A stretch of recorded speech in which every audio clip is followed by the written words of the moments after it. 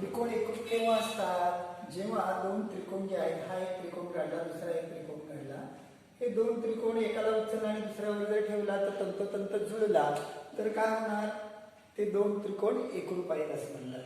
तशाच पद्धतीने दोन कंस एकरूप केव्हा असतात? तर जेव्हा एकाला उचलला, एका कंसाला उचलला आणि दुसऱ्या कंसावर जर ठेवला तर ते तंतोतंत जुळाले तर त्यांना एकरूप कंस असं म्हणतात. मग दोन कंस एकरूप असण्यासाठी आपल्याला त्यांची माप समान असतील तर ते दोन कंस एकरूप होतील का, असा प्रश्न आपल्याला थोडासा विचारात घ्यायचा. तर त्या प्रश्नाचं उत्तर आता आपण या आकृतीमधून शोधूया. इथे जे काही मी इथे काढलेलं आहे ते बघा काय आहे. तर हा 70 अंशाचा कोन काढला, इकडे एक 70 अंशाचा कोन काढला, इकडे 40 अंशाचा कोन करणारा काढलेला आहे. ह्या दोन वर्तुळ आहेत, एककेंद्री दोन वर्तुळ आहे. ही सीए छोट्या वर्तुळाची त्रिज्या आणि ही सी मोठ्या वर्तुळाची त्रिज्या, म्हणजे ही मोठ्या वर्तुळाची त्रिज्या जी आहे तीच या ठिकाणी छेदलेली आहे. तर आता या ठिकाणी आपल्याला बघायचंय की वर्तुळ कंस जे आहे ते एकरूप केव्हा असते. आता इथे बघा, हे ए बी हा एक कंस आहे आणि हा डीई हा एक कंस आहे. त्या दोन्ही कंसाच्या माप जे आहे ना ते माप समान येईल. म्हणजे ए बी कंसाचं माप, कंस ए बीचं जे माप आहे ते काय समजा किती आलं? 70 अंश आहे. कंस डीईचं माप किती आलं? ते सुद्धा किती येईल? 70 अंश आहे. परंतु ह्या दोन कंसाला जर एकाला जर आपण असं उचललं, कंसाला उचललं म्हणजे हा कंस जो आहे एवढा इथपासून इथपर्यंतचा भाग तो जर काढला आणि याच्यावर जर ठेवून बघितला तर हे दोन कंस एकमेकांशी तंतोतंत जुळतील असं दिसत नाही. म्हणजे काय होणार आहे? हे दोन कंस एकमेकांशी एकरूप होणार नाही. माप जरी समान आहेत तरी सुद्धा ते एकरूप होणार नाही. आता मी काय म्हणतो बघा, हा इकडचा जो कंस जो आहे जीएफ, या जीएफचं माप किती बरं? जीएफचं माप सुद्धा किती येणार? 17. म्हणजे कंस जीएफ जो आहे त्याचं माप सुद्धा किती येईल? 70 अंश. करेक्ट. जीएफचं माप सुद्धा 70 अंश आहे. आता या जीएफचं माप 70 आहे, या डीईचं माप सुद्धा 70 आहे. तर हे दोन्ही कंस जर आपण असं उचलला, मी असं म्हणतो इथूनच कापला असाही, वर्तुळ पाकळीच कापली आणि ती वर्तुळ पाकळी कापून याच्यावर ठेवली, इकडे या वर्तुळ पाकळीवर जर ठेवली तर तंतोतंत जुळणार. म्हणजे वर्तुळ पाकळी तर एकमेकांशी तंतोतंत जुळणार, कोण जुळणार, परंतु या ठिकाणी हे जे काही वर्तुळ कंस जे आहेत ना ते वर्तुळ कंस सुद्धा एकमेकांशी तंतोतंत जुळणार. याच्यावरून काय लक्षात आलं की या वर्तुळ कंसांची माप समान आहे. हे सुद्धा 70 आहे वर्तुळ कंस, हा सुद्धा वर्तुळ कंस 70 अंश मापाचा आहे. पण या एबी सुद्धा 70 अंश मापाचा आहे. परंतु डी आणि एबी हे काही एकरूप होत नाहीत कारण तंतोतंत जुळत नाही. परंतु डी आणि जीएफ मात्र तंतोतंत जुळतात. का जुळतात याचं कारण ते सांगतो की या वर्तुळ जे काय आहे त्या वर्तुळाची जी त्रिज्या आहे ना ही त्रिज्या भिन्न आहे. म्हणजे इकडे सीडी ही त्रिज्या, ही सी ही त्रिज्या, ही सीजी आणि सीएफ या सगळ्या त्रिज्या सारख्या सारख्या आहेत. याचा अर्थ आपल्याला वर्तुळ कंस हे एकरूप होण्यासाठी फक्त वर्तुळ कंसाचं माप विचारात घ्यावं लागणार नाही, तर त्याच्याबरोबर आणखीन एक गोष्ट सुद्धा विचारात घ्यावी लागते आणि ती म्हणजे वर्तुळाची त्रिज्या. म्हणजे वर्तुळाची त्रिज्या जर समान असेल, वर्तुळाची त्रिज्या समान असेल आणि वर्तुळ कंसाचं माप जर समान असेल तर ते कंस एकरूप असतात. आता इथे बघूया आयजी हा कंस बघूया. आयजी हा कंस आहे ना, आता या ही त्रिज्याच आहे. मोठ्या वर्तुळाची सीजे, सीआय, सीडी हे समानच आहे, त्रिज्या समान आहे. परंतु काय समान नाहीये तर या ठिकाणी या वर्तुळ कंसाचं माप समान नाही. कारण केंद्रीय कोन 40 मध्ये या वर्तुळ कंसाचं माप सुद्धा किती आलं? 40 आलं. म्हणजे हे कंस सुद्धा आयजे कंस आणि डीई कंस हे दोन्ही कंस सुद्धा एकरूप नाहीत. काय एकरूप नाहीत? कारण त्यांच्या त्रिज्या समान आहेत. परंतु काय समान नाहीये तर त्या कंसाचं माप समान नाहीये, याचं 70 आहे आणि याचं तर 40च आहे, म्हणजे वर्तुळ कंसाचं माप समान नाही. हे दोन कंस ए बी आणि डी हे दोन वर्तुळ कंस समान नाहीयेत. का समान नाहीयेत? तर त्यांची माप समान आहेत, 70 अंश 70 अंश, परंतु काय समान नाहीये?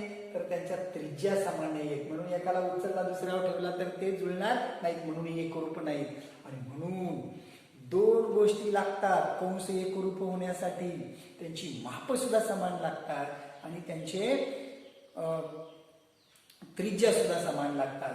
यामध्ये हे जी कंस आणि डीई कंस, जीएफ कंस, कंस जीएफ आणि कंस कोणता? कंस डीई, हे दोन्ही मात्र हे एकरूप कंस आहेत. का? कारण त्याचं असं की त्या दोघांचे त्रिज्या सुद्धा समान आहेत आणि त्यांची माप सुद्धा समान आहेत आणि म्हणून ते दोन कंस हे एकरूप आहेत. आणि म्हणून कंस एकरूप होण्यासाठी त्यांच्या त्रिज्या समान पाहिजेत आणि त्यांची माप सुद्धा समान पाहिजेत, म्हणजेच ते दोन कंस काय होऊ शकतात? एकरूप होऊ शकतात. ही गोष्ट आपल्याला लक्षात ठेवायची. कंस माप आणि काय पाहिजे? अजून एक गोष्ट ती म्हणजे त्रिज्या. त्रिज्या या दोन्ही जर समान असतील तर ते कंस एकरूप होतात.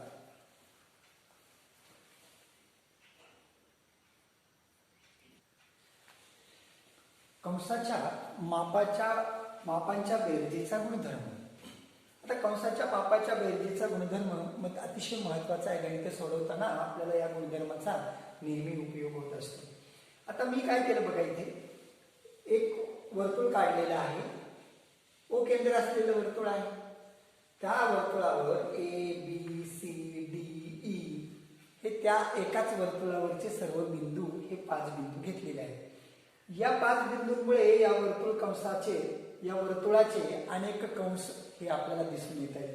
कंस ए बी, कंस बी सी, कंस सी डी, कंस डी, कंस ए ई, कंस ए बी सी, कंस सी डी ई, कंस डी ए, असे अनेक कंस हे या ठिकाणी आपल्याला तयार झालेले दिसून येत आहेत. आता यापैकी मी काय घेतलं? कंस ए बी सी बघितला. कंस ए बी सी इथपासून तर बघा असा हा कंस जो आहे ना, कुठपर्यंत? असा इथपर्यंत कंस ए बी सी. आणि त्याच्यानंतर दुसरा एक कंस विचारात घेतला, तो घेतला कंस सी डी ई.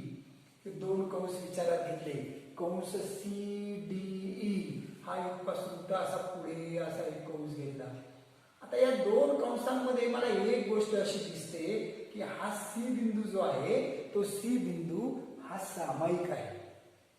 अनेक बिंदू आहेत ए बी सी या कंसावर, सी डी या कंसावर सुद्धा अनेक बिंदू आहेत, परंतु सी हा बिंदू जो आहे तो असा आहे की हा ए बी सी या कंसावर सुद्धा आहे आणि सी डी ई या कंसावर सुद्धा आहे. आणि म्हणून ज्या दोन कंसांमध्ये एक आणि एकच बिंदू सामायिक असतो तेव्हा त्या दोन कंसांची बेरीज अशी लिहितात. कशी होईल? कंस ए सी ई असा होईल. म्हणून यम कंस, यम म्हणजे कंसाचं माप, यम कंस ए बी सी अधिक यम कंस सी डी ई, हे दोन कंसांची बेरीज ही किती होऊ शकते? तर यम कंस किती?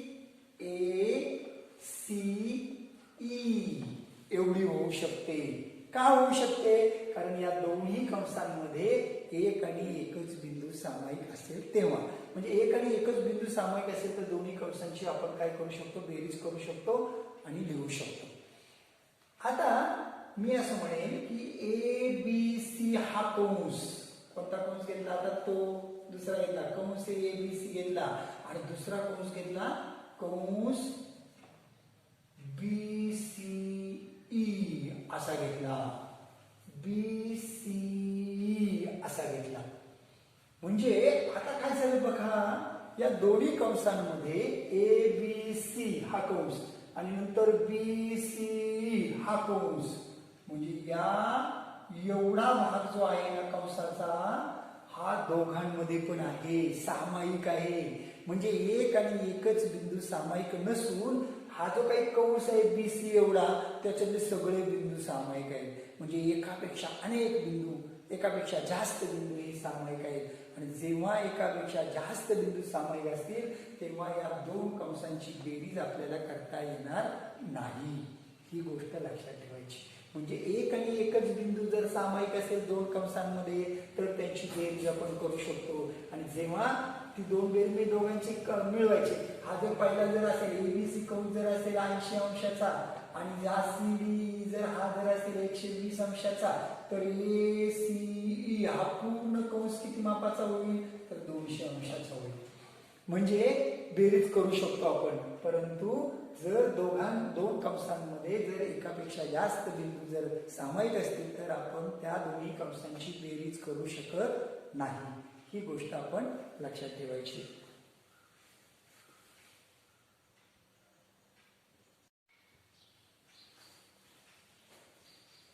एका प्रमेयाचा आता आपण अभ्यास करणार आहोत. एक प्रमेय असा आहे की एकाच वर्तुळाच्या एकरूप कंसाच्या संगत जीवा एकरूप असतात. आता कंस एकरूप केव्हा असतात हे आपल्याला माहिती झालेलं आहे की जेव्हा त्यांच्या त्रिज्या समान असतात आणि त्या कंसाचं माप समान असतं तेव्हा ते दोन कंस एकरूप असतात. आता असं सांगितलं की एकाच वर्तुळाच्या एकरूप कंसाच्या, आता मी एक वर्तुळ काढलेले आहे, B केंद्र असलेले एक वर्तुळ आहे. या B केंद्र असलेल्या वर्तुळामध्ये एकरूप कंस घेतलेले आहे. एक कंस आहे AC कंस, इथे बघा केंद्र B असलेल्या वर्तुळात कंस APC हा कंस जो आहे इथे असा दाखवलेला आहे बघा, कंस APC हा कंस. आणि एकरूप कंस कोणता DQ, इथं असा एक Q घेतलेला आहे, DQE हा कंस. हे दोन्ही कंस एकरूप आहे. APC DQE हे दोन कंस एकरूप आहेत. एकरूप आहेत म्हणजे काय, त्यांच्या त्रिज्या समान आहेत आणि त्यांची माप सुद्धा समान आहे. ही माप आहेत ना APC आणि DQ याचं माप सारखं आहे. माप किती असतं त्याच्या केंद्रीय कोणा एवढं असतं आपल्याला माहिती आहे. मग आता यांची माप समान आहेत आणि दुसरी गोष्ट की त्यांच्या त्रिज्या सुद्धा समान आहे म्हणून ते कंस एकरूप आहेत. सिद्ध काय करायचं, जीवा AC म्हणजे त्यांच्या संगत जीवा, त्या एकरूप कंसाच्या संगत जीवा. कुठे त्या संगत जीवा काढाव्या लागतील, इथे एक जीवा काढावी लागेल, संगत जीवा AC जीवा, जीवा AC आणि दुसरी जीवा कोणती या ठिकाणी ही DE.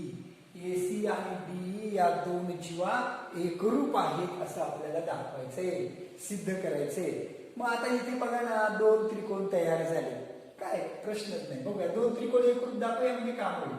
त्रिकोण BAC व त्रिकोण BED मध्ये, BAC किंवा BDE घेऊया, त्रिकोण BDE मध्ये, दोन त्रिकोणामध्ये. आता याची बाजू घेऊया, बाजू BA किंवा बाजू म्हणण्यापेक्षा रेख BA, याची BA आणि याची कोणती घेऊया BD. एकरूप रेख BD. का बरं, एकाच वर्तुळाच्या त्रिज्या, एकाच वर्तुळाच्या त्रिज्या आहे त्याचं कारण होईल. दुसरं रेख BC, एकरूप रेख कोणती येईल BE.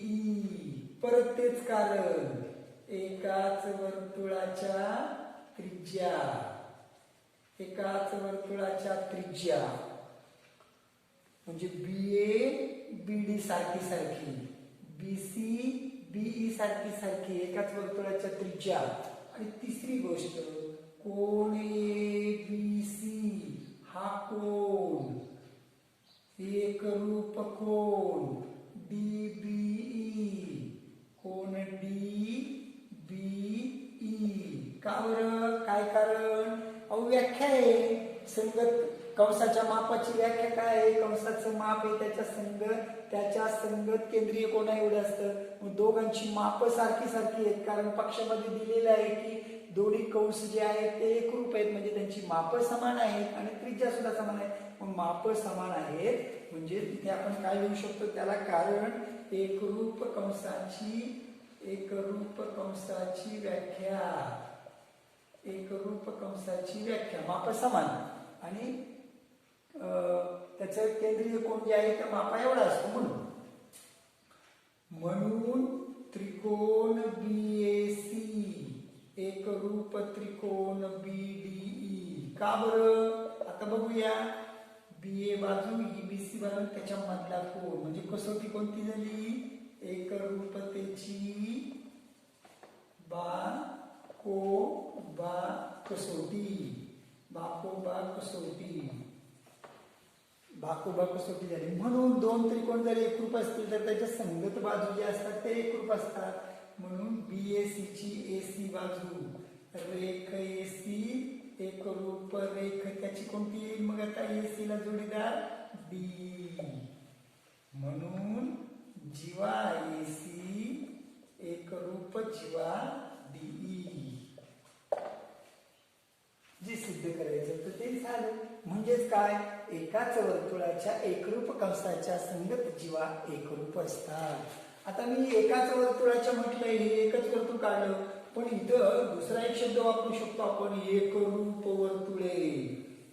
वर्तुळे म्हणजे काय की ज्यांच्या त्रिज्या समान असतात त्यांना एकरूप वर्तुळे म्हणतो आपण आणि म्हणून एकरूप वर्तुळे जरी असतील तर अशी एकरूप वर्तुळांच्या जीवा ज्या असतात एकरूप वर्तुळाचे जे कंस असतात त्या कंसाच्या संगत जीवा सुद्धा एकरूप असतात म्हणजे हेच वाक्य मी कसं सांगू शकतो एकाच वर्तुळाच्या ऐवजी एकरूप वर्तुळांच्या एकरूप कंसांच्या संगत जीवा एकरूप असतात हे सुद्धा वाक्य मी म्हणू शकतो याचा व्यत्यास काय होईल बरं एकाच वर्तुळाच्या एकरूप कंसाच्या संगत जीवा एकरूप असतात त्याचा व्यत्यास काय होईल मी असं आता म्हणेल की एकरूप कंस होते संगत जीवा एकरूप होतात आता मी असं म्हणतो की एकाच वर्तुळाच्या ज्या जीवा असतात एकाच वर्तुळाच्या एकरूप जीवा ज्या असतात त्या एकरूप कंस काय करतात एकरूप कंस त्यांची संगत कंस असं म्हणूया एकरूप जीव एकाच वर्तुळातील एकरूप जीवांचे संगत कंस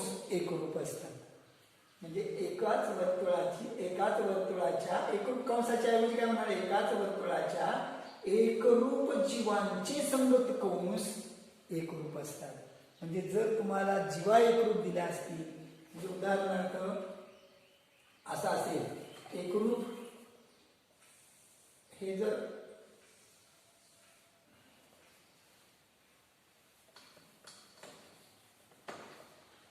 असं जर असेल एक वर्तुळ आहे समजा आणि त्या वर्तुळामध्ये दोन जीवा काढल्या मी अशा तर या दोन जीवा एकरूप आहे ही ए बी जीवा आणि सी डी जीवा एकरूप आहे ही 5 सेंटीमीटर लांबीची ही 5 सेंटीमीटर लांबीची तर यांचे जे संगत कंस आहेत म्हणजे हा एक कंस आणि हा एक कंस हे दोन्ही कंस सुद्धा एकरूप असतात म्हणजे एकरूप जीवांचे संगत कंस एकरूप असतात एका वर्तुळाच्या बाबतीमध्ये हे लक्षात घ्यायचे एकाच वर्तुळाच्या बाबतीमध्ये मग मी असं इथं जोडलं आणि असं जर सिद्ध करायचा प्रयत्न केला तरी सुद्धा मला परत सिद्ध करता येईल तर अशा पद्धतीने एकाच वर्तुळाच्या एकरूप कंसाच्या संगत जीवा एकरूप असतात आणि त्याचा व्यत्यास एकाच वर्तुळाच्या एकरूप जीवांचे संगत कंस हे एकरूप असतात ठीक आहे